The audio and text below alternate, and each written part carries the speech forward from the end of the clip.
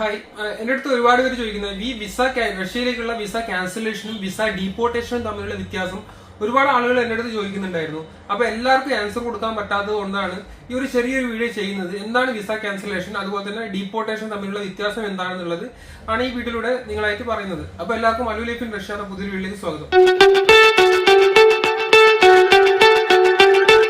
Hi, visa deportation.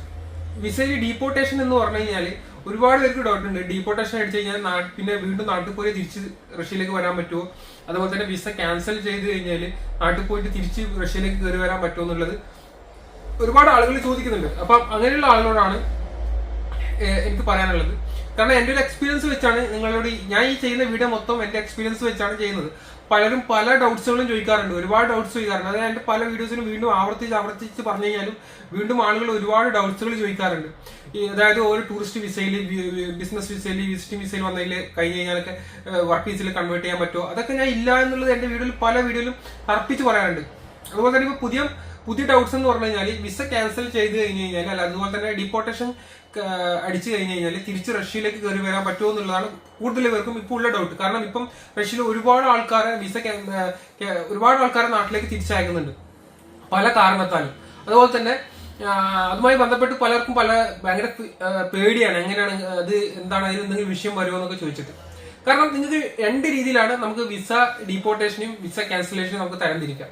ഒന്നാമത് visa deportation എന്ന് പറഞ്ഞു കഴിഞ്ഞാൽ നിങ്ങൾ റഷ്യയിൽ വന്നിട്ട് എന്തെങ്കിലും തരത്തിലുള്ള ഇല്ലീഗൽ ആക്ടിവിറ്റി, അതായത് എന്തെങ്കിലും നാർക്കോട്ടിക് വിഭാഗത്തിലോ അല്ലെങ്കിൽ വേറെ എന്തെങ്കിലും തരത്തിലുള്ള ഒരു റഷ്യൻ പെൺകുട്ടിയെ റേപ്പ് ചെയ്യാൻ ശ്രമിക്കുകയോ അല്ലെങ്കിൽ അവരുടെ അനുവാദം ഇല്ലാതെ അവരായിട്ട് എന്തെങ്കിലും പ്രശ്നങ്ങൾ ഉണ്ടാവുകയോ, അല്ലെങ്കിൽ ഇവിടെ മദ്യപിച്ച് ബഹളം ഉണ്ടാക്കി പ്രശ്നങ്ങൾ ഉണ്ടാക്കുക, പിന്നെ എന്തെങ്കിലും ഫൈറ്റിങ്ങിൽ ഏർപ്പെടുക, റഷ്യയിലെ എന്തെങ്കിലും ഫൈറ്റിങ്, എന്തെങ്കിലും റഷ്യക്കാരായിട്ടുള്ള ഫൈറ്റിംഗ്, ഒരു റഷ്യൻ സിറ്റിസനെ ആക്രമിക്കുക, അപ്പൊ അങ്ങനെയുള്ള എന്തെങ്കിലും പ്രശ്നങ്ങൾ വരാണെങ്കിൽ മാത്രമേ ഡീപ്പോർട്ടേഷൻ, റഷ്യയിൽ നിന്ന് ഡീപ്പോർട്ടേഷൻ അടിച്ച് നാട്ടിലേക്ക് വിടത്തുള്ളൂ. ഈ ഡീപ്പോർട്ടേഷൻ അടിച്ചിട്ട് നാട്ടിലേക്ക് വിട്ടു കഴിഞ്ഞാൽ നിങ്ങൾക്ക് അത് വലിയൊരു നെഗറ്റീവ് പോയിന്റ് ആണ്. കാരണം വെച്ചാൽ അത് പല രാജ്യങ്ങളെയും ബാധിക്കുമെന്നുള്ളതാണ്. അതായത് നിങ്ങൾക്ക് മറ്റു ഗൾഫ് കൺട്രീസ്, അതുപോലെ തന്നെ യൂറോപ്യൻ കൺട്രീസ്, അമേരിക്ക, അതുപോലെ തന്നെ നാറ്റോ രാജ്യങ്ങളിൽപ്പെട്ട എല്ലാ രാജ്യങ്ങൾക്കും നിങ്ങൾക്ക് അവിടെ ഒരു ബ്ലാക്ക് മാർക്ക് വരികയാണ്. ബ്ലാക്ക് മാർക്ക് വന്നു കഴിഞ്ഞാൽ നിങ്ങൾക്ക് ഒരു കാരണവശാൽ കഴിഞ്ഞാലും പല രാജ്യത്തേക്കും പോകുന്നത് അതൊരു എപ്പോഴും ഒരു തടസ്സമായിരിക്കും. അതുകൊണ്ട് ഈ ഡീപ്പോർട്ടേഷൻ വന്നു കഴിഞ്ഞാൽ ഒരുപാട് പ്രശ്നങ്ങൾ ഉണ്ടാവും. പലരും വിചാരിക്കുന്നത് റഷ്യയിൽ നിന്ന് നാട്ടിലേക്ക് തിരിച്ചയക്കുന്നത് ഡീപ്പോർട്ടേഷൻ അടിച്ചിട്ടാണ് നാട്ടിലേക്ക് തിരിച്ചടക്കുന്നത്. അത് വളരെ അപൂർവമായിട്ടുള്ള വിസ, ഫേക്ക് വിസ, അങ്ങനെ എന്തെങ്കിലും വന്നു കഴിഞ്ഞാൽ മാത്രമേ ഡീപ്പോർട്ടേഷൻ അടിച്ച് നിങ്ങൾ നാട്ടിലേക്ക് തിരിച്ച് അയക്കത്തുള്ളൂ.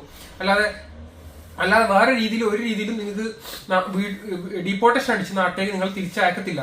പിന്നെ കൂടുതൽ ആൾക്കാരെയും നാട്ടിലേക്ക് തിരിച്ചയക്കുന്നത് വിസ ക്യാൻസൽ ചെയ്തിട്ടാണ്. രണ്ട് തരത്തിലാണ് വിസ ക്യാൻസലേഷനും ഡീപ്പോർട്ടേഷനും തമ്മിലുള്ള നമുക്ക് നോക്കാം എങ്ങനെയാണ് ഈ വിസ ക്യാൻസൽ എന്ന് പറഞ്ഞു കഴിഞ്ഞാൽ നമ്മുടെ ഈ വിസ സ്റ്റിക്കർ വിസയാണ് നമ്മുടെ ഒരു പാസ്പോർട്ടിൽ അടിച്ചു വരിക.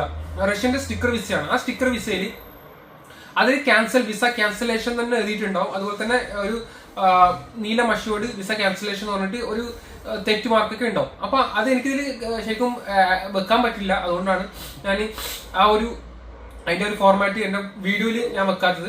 പിന്നെ ഡീപ്പോർട്ടേഷൻ എന്ന് പറഞ്ഞു കഴിഞ്ഞാൽ ഒരു റെഡ് സ്ക്വയറിലാണ് ഡീപ്പോർട്ടേഷൻ അടിക്കുക. ഡീപ്പോർട്ടേഷൻ എന്ന് പറഞ്ഞു കഴിഞ്ഞാൽ ഒരു റെഡ് സ്ക്വയറിൽ അതിന് ഡീപ്പോർട്ടേഷൻ തന്നെ എഴുതിയിട്ടുണ്ടാവും. ഡീപ്പോർട്ടേഷൻ അടിച്ചിട്ട് ആ റെഡ് സ്ക്വയറിൽ ഉണ്ടാവും.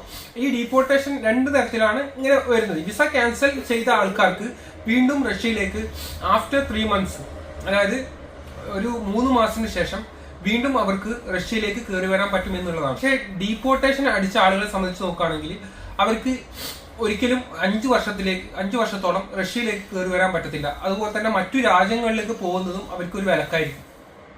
അവർക്കൊരു ബ്ലാക്ക് മാർക്ക് അവിടെ ഉണ്ടാവും. അതുകൊണ്ട് എപ്പോഴും ഈ രണ്ട് കാര്യങ്ങൾ ശ്രദ്ധിക്കുക. വിസ ക്യാൻസൽ ചെയ്ത് അടിച്ചു കഴിഞ്ഞാൽ 3 മാസത്തിന് ശേഷം നിങ്ങൾക്ക് തീർച്ചയായും റഷ്യയിലേക്ക് കയറി വരാം. 3 മാസമൊന്നും വേണ്ടി വരില്ല, അതിന് മുമ്പ് തന്നെ നിങ്ങൾക്ക് കയറി വരാം. പിന്നെ വേറെ പ്രശ്നങ്ങളൊന്നും കാര്യങ്ങളൊന്നും ഇല്ല. പക്ഷെ ഡീപ്പോർട്ടേഷൻ വളരെ വലിയ വിഷയമാണ്. പിന്നെ അത് നിങ്ങൾക്ക് മറ്റു രാജ്യങ്ങൾക്ക് പോകുന്നതും അത് വിലക്ക് ആയിരിക്കും. പിന്നെ നിങ്ങൾക്ക് അത് ബ്ലാക്ക് മാർക്ക് വരും. അതുപോലെ തന്നെ അത് ഒരുപാട് പ്രശ്നങ്ങളിലേക്ക് പോകും. പിന്നെ അതൊരു വലിയൊരു വിഷയമാണ്. അതുകൊണ്ട് ഭൂരിഭാഗവും ആൾക്കാരെയും വിസ ക്യാൻസൽ ചെയ്ത് ആണ് നാട്ടിലേക്ക് വിടുന്നത്. അപ്പം പലർക്കും അറിയത്തില്ല. എല്ലാവരും വിചാരിക്കുന്നത് നമ്മൾ ഡീപ്പോർട്ടേഷൻ ചെയ്തിട്ടാണ് നാട്ടിലേക്ക് വിടുന്നത് എന്നുള്ളത്. അപ്പം പലരെയും വിസ ക്യാൻസൽ ചെയ്തിട്ടാണ് നാട്ടിലേക്ക് വിടുന്നത്. അപ്പൊ റീസെന്റ് ഒരു സംഭവം ഉണ്ടായി. കാരണം എന്ന് പറഞ്ഞു കഴിഞ്ഞാൽ കുറച്ച് പേര് നോർത്തിൽ നിന്നുള്ള കുറച്ച് പേര് റഷ്യയിലേക്ക് കയറി വന്നു. അപ്പൊ അവരെ വിസ ക്യാൻസൽ ചെയ്ത് നാട്ടിലേക്ക് അയച്ചു. അപ്പൊ അവർ പറയുന്നത് വെച്ചാൽ നമ്മൾ ഡീപ്പോർട്ടേഷൻ ചെയ്ത് നാട്ടിലേക്ക് അയച്ചു എന്നതാണ്. പക്ഷെ ഇവർക്ക് ഇതിനെക്കുറിച്ച് യാതൊരു ഐഡിയ ഇല്ലാത്തത് കൊണ്ടാണ് അവരങ്ങനെ പറയുന്നത്, അവരെ ഡീപ്പോർട്ടേഷൻ അടിച്ച് നാട്ടിലേക്ക് വിട്ടു എന്നുള്ളത്. അപ്പം ഈ ഡീപ്പോർട്ടേഷനും അതുപോലെ തന്നെ വിസ ക്യാൻസലേഷനും തമ്മിലുള്ള ഒരു വ്യത്യാസം നിങ്ങൾ അറിഞ്ഞിരിക്കുക. അപ്പോൾ വേറെ ഇപ്പോൾ ഒരുപാട് മാറ്റങ്ങൾ റഷ്യയിൽ, ഒരുപാട് നിയമങ്ങളിൽ വരുന്ന ഒരുപാട് മാറ്റങ്ങളെ കുറിച്ച് ഞാൻ പറഞ്ഞിട്ടുണ്ടായിരുന്നു. വീഡിയോ എക്സ്റ്റെൻഡ് ചെയ്യുന്നില്ല. ആ വീഡിയോ കാണാത്തവരെ പ്രിവ്യൂസ് വീഡിയോസ് കണ്ടു കഴിഞ്ഞാൽ നിങ്ങൾക്ക് കൂടുതൽ കാര്യങ്ങൾ മനസ്സിലാക്കാൻ വേണ്ടിയിട്ട് സാധിക്കും. അപ്പോൾ എന്നിരുന്നാലും വീഡിയോ ഇഷ്ടപ്പെടാണെങ്കിൽ ഒന്ന് ലൈക്ക് ചെയ്യുക, ഷെയർ ചെയ്യുക, സബ്സ്ക്രൈബ് ചെയ്യുക. പുതിയ ഈ വീഡിയോ ആയിട്ട് കാണുന്നവരെല്ലാവർക്കും